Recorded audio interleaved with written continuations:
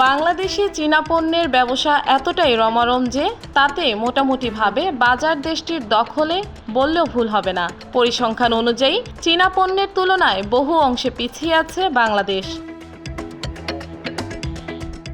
তবে কিছু কিছু ক্ষেত্রে চীনা পণ্য হটিয়ে বাজার দখল করছে বাংলাদেশি পণ্য, যেমন ক্যানভাস, পেপার হোল্ডার, টি স্কেল ইত্যাদি। কিছুদিন আগেও এসব পণ্য চীন থেকে আসতো, কিন্তু এখন এগুলো রাজধানী ঢাকাতেই তৈরি হয়, বিশেষ করে নিউ মার্কেট, নীলক্ষেত এলাকায়।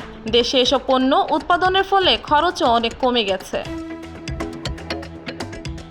যেমন আগে 10x10 একটি ক্যানভাস বিক্রি হতো 400 টাকায়, কিন্তু এখন 10x10 একটি ক্যানভাস বিক্রি হয় মাত্র 45 টাকায়।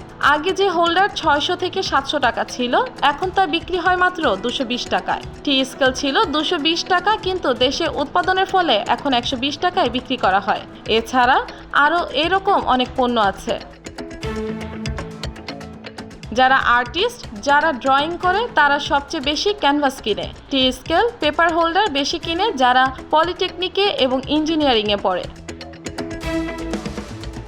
ক্যানভাস তৈরির ক্ষেত্রে প্রথমে কাট সাইজ করা হয়, এরপর কাপড় লাগিয়ে পিন মারা হয়, রং করে রেখে দেওয়া হয়। এসব রং শুকাতে কখনো কখনো 5 থেকে 6 দিন সময় লাগে। রং শুকানোর পর তা বিক্রি করা হয়।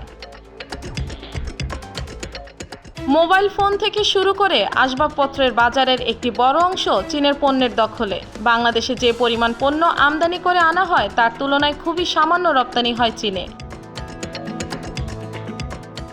বিশেষজ্ঞরা বলছেন, বাংলাদেশের মূল সমস্যা দক্ষ জনশক্তি ও প্রযুক্তিগত দক্ষতার অভাব, সেই সঙ্গে অবকাঠামোগত অসুবিধাও রয়েছে, যার কারণে চীনের সঙ্গে এই বিশাল ভারসাম্যহীনতা। চীনে এখন শ্রমের মূল্য বাড়ছে, ফলে তারা বিনিয়োগের প্রস্তাব নিয়ে এগিয়ে আসছে বাংলাদেশের মতো দেশগুলোতে। বাংলাদেশের এই সুযোগটি কাজে লাগানো দরকার। নিজ দেশে সাধারণ মানুষের জন্য তৈরি পোশাক পণ্য উৎপাদন থেকে সরে আসছে চীন। সেখানেও বাংলাদেশের সামনে সুযোগ রয়েছে বলে মনে করেন বিশেষজ্ঞরা। আর যেহেতু বাংলাদেশের মোটামুটি সব পণ্যই চীন শুল্ক সুবিধা দিয়ে থাকে, তাই চামড়াজাত শিল্প এবং জুতার বাজার হতে পারে বাংলাদেশের জন্য চীনে একটি লাভজনক ক্ষেত্র।